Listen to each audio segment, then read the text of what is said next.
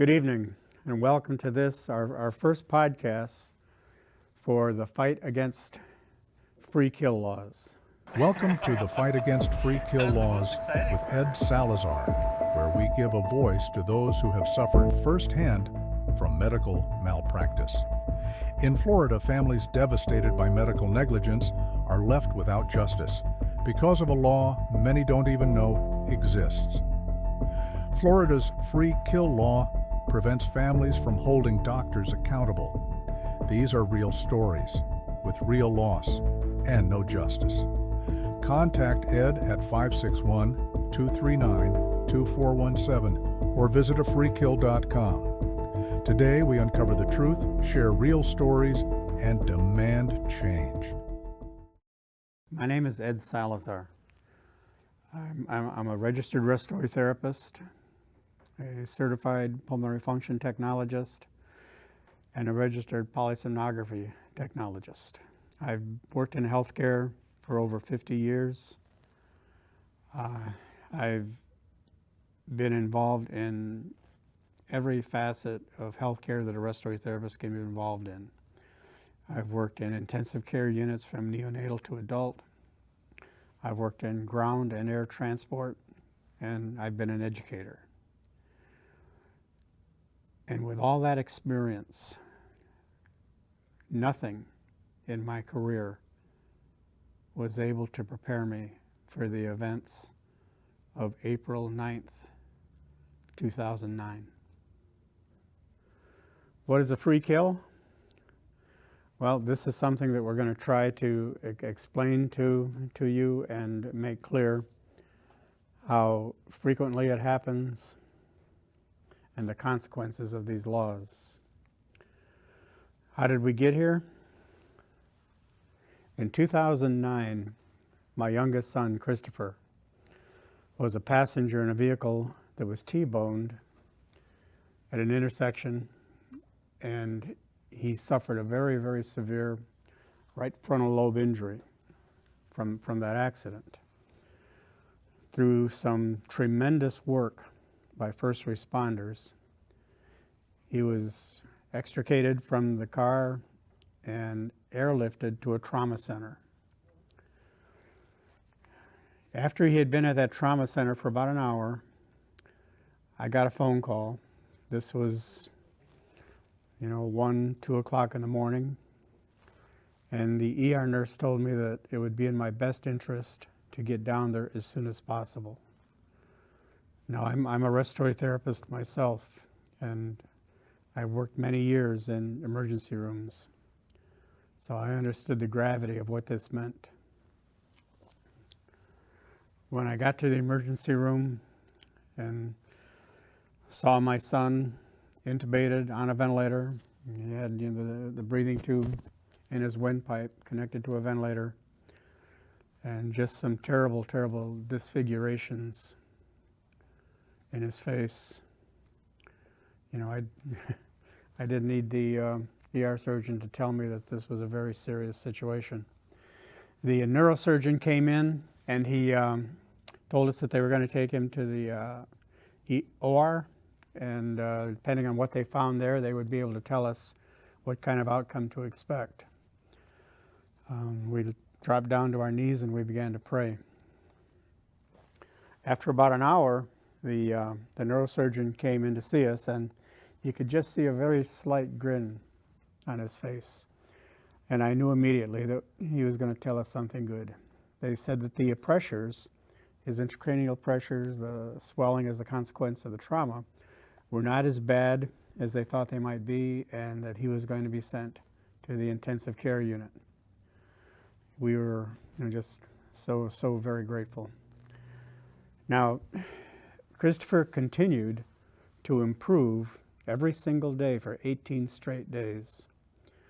Christopher's mother, also a very accomplished RN, very capable registered nurse, she took to journaling every day on Christopher's progress. There's this wonderful site called Caring Bridge, where people can update family members and loved ones on somebody who's experienced something like this. Because, you know, as you can imagine, if you've ever been in this situation, you know it's hard to keep taking phone calls from family and loved ones when we want to keep getting updated on how things are going. Christopher continued to improve. This happened on March 23rd.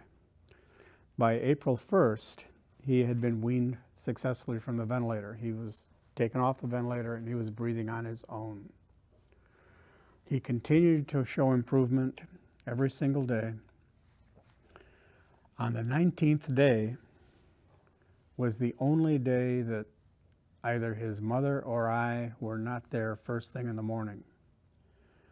On that particular day, we had gone to a lawyer to set up a trust fund because we were expecting a very long and arduous rehabilitation period.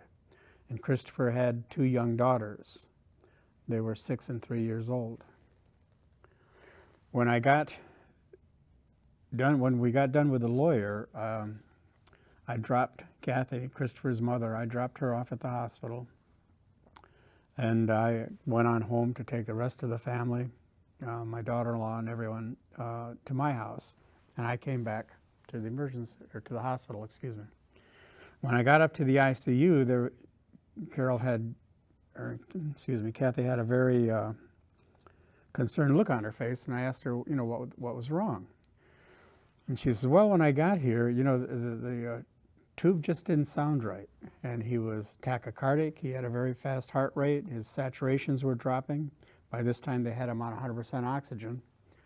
And we said, well, you know, there's a lab test where they can analyze a patient's blood and they can tell what the CO2 levels are and what the oxygen levels are. It's called an arterial blood gas.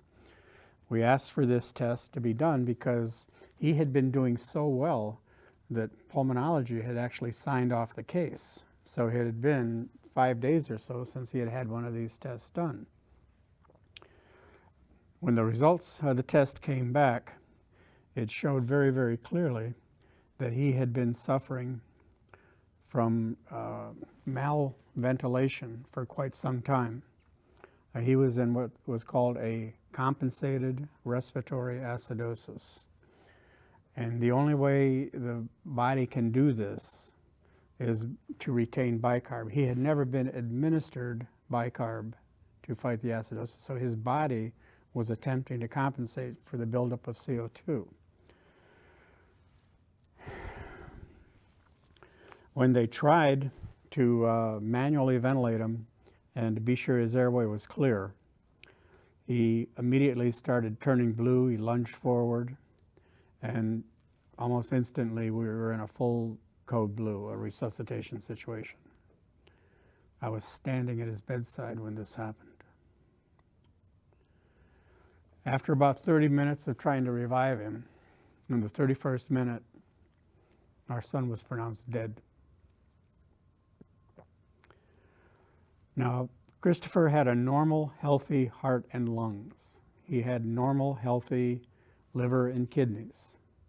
So how did this happen? Why did this happen?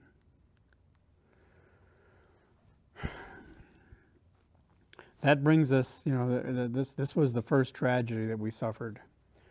You know, why did our son die of cardiopulmonary arrest in a trauma center?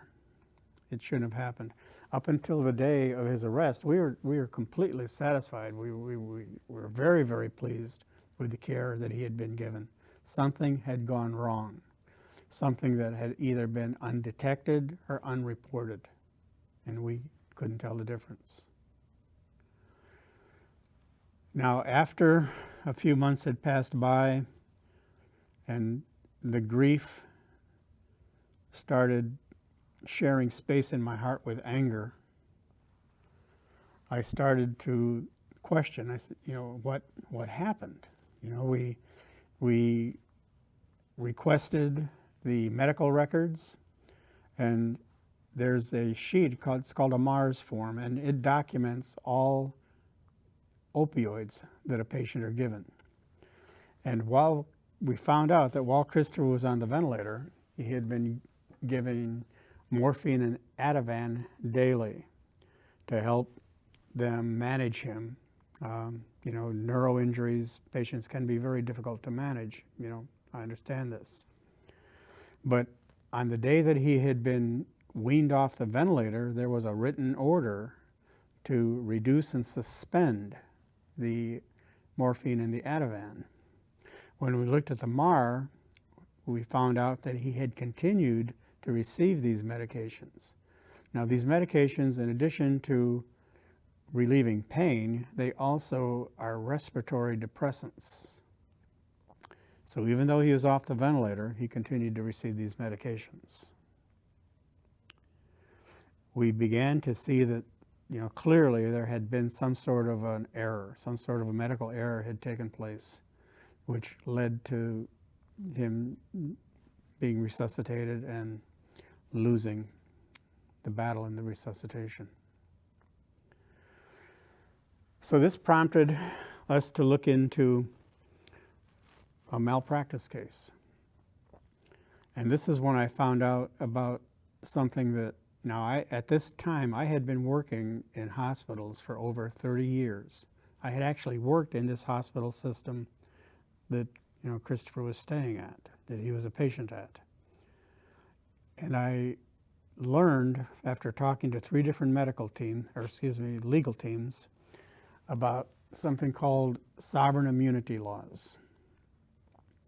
Basically, what sovereign immunity means is you can't sue the king. But in the context of healthcare, it means that certain hospitals, primarily hospitals that are tax-assisted, have a statutory limit on their financial responsibility for malpractice. In Florida, that comes under the Florida Statute 768.21. Please look it up yourself and read about it. Now, these are commonly referred to as sovereign immunity laws. But amongst different law circles, they're also referred to as free kill laws. When we were told that the statute, at that time in 2009 in the state of Florida, the statutory limit for eligible claimants, and because Christopher was an adult, he was 27 years old, the only legal claimant he had was his minor daughter, the youngest, who was his bloodline.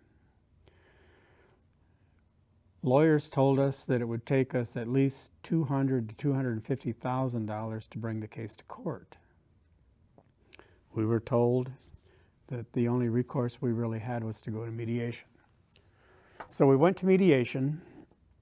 We met with the lawyers representing the emergency room physicians, the anesthesiology physicians, and the hospital physicians, as they were all under the umbrella of the hospital's liability insurance. When every one of these lawyers sat and told Kathy, myself, and our granddaughter, told us all how sorry they were for our loss. And then collectively they offered us $40,000 as a settlement and got up and left the room. I was stunned. I looked to my lawyer and I asked him, I said, what happened? What just happened here? And he said, Ed, no lawyer will ever admit that they've said this, but lawyers who represent clients that are covered by sovereign immunity laws will tell their client, what you have here is a free kill. Offer them anything you want. There's nothing they can do. You can imagine, as a parent, what it's like to hear that. So now, we walked out of the mediation. I hugged Kathy and Kira and watched them drive away. I got in my car and I sat there and I just cried. I just could not fathom, I could not comprehend what had happened. A little bit of time went by, and I started to get so angry. I wanted some justice. I wanted something positive to come out of this. And it occurred to me that if I knew nothing about these laws, that I'm sure there are many, many other people in healthcare and outside of healthcare that also knew nothing about this. So I decided to take the journal that Kathy had kept and write a book. And in the first part of the book, I put all the journaling that Kathy did and documented his progress, his progressive progress.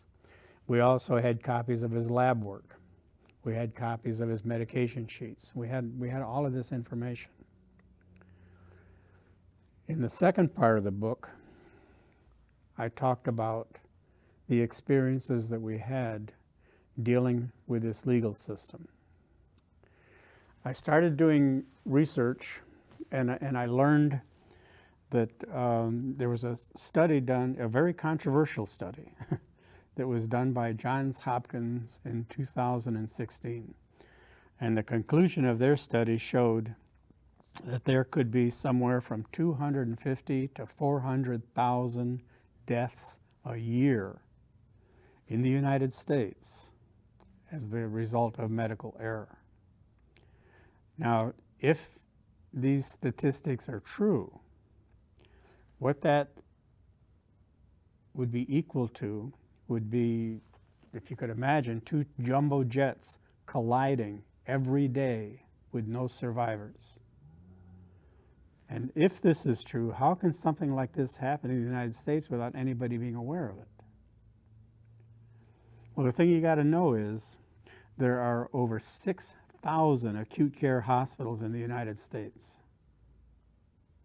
So you take 400 or 500 deaths a day and spread it over 6,000 hospitals. It just gets lost in the numbers. I finished my book, I published it, and I was getting ready to attend a conference for the American Association of Respiratory Care, and I saw that the keynote speaker was a Dr. Michael Ramsey. And this doctor was from Baylor, and he had formed a group called First Do No Harm. Perhaps you've heard of this. And I read that Dr. Ramsey was going to be the keynote speaker at this Congress. So I said, I've got to talk to this man. I sent him an email. He read it. He read the book. And he put me in touch with people from the Patient Safety Movement Foundation. These people reached out to us and asked to do a video documenting our story, what happened to us, and then invited us to come and speak at their Congress in Irvine, California. I was so terribly impressed with the dedication and the commitment that these people have to resolving and reducing the incidence of things like this, that I've been involved with that organization ever since. I strongly recommend anybody watching this to view it. Their website is just psmf.org. It's a wonderful organization.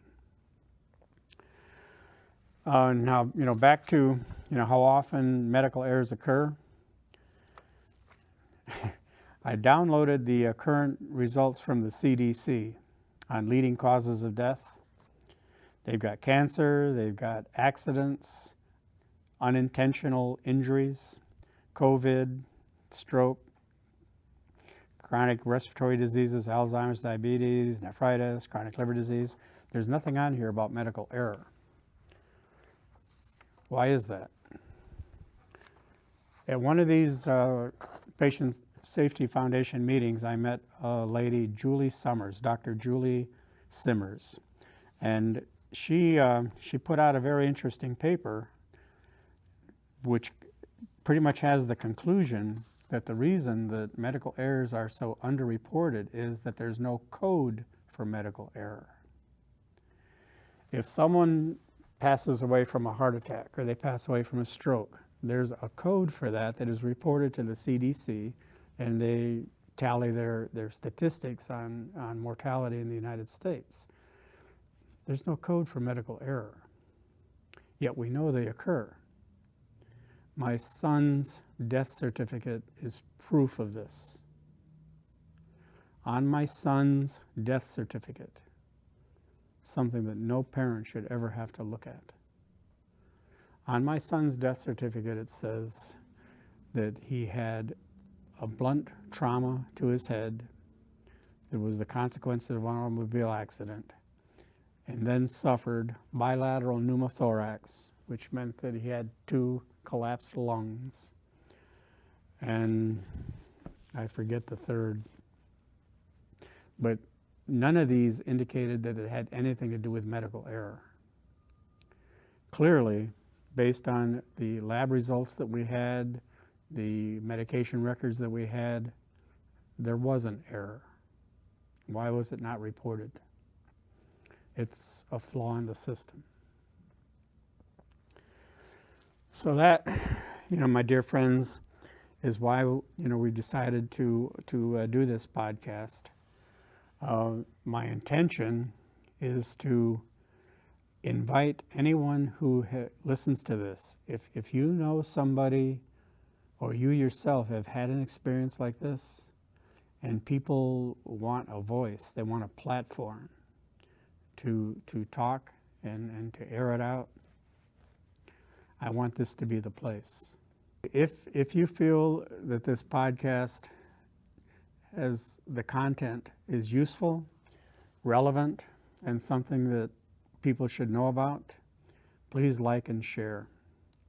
I can be reached through my website, afreekill.com.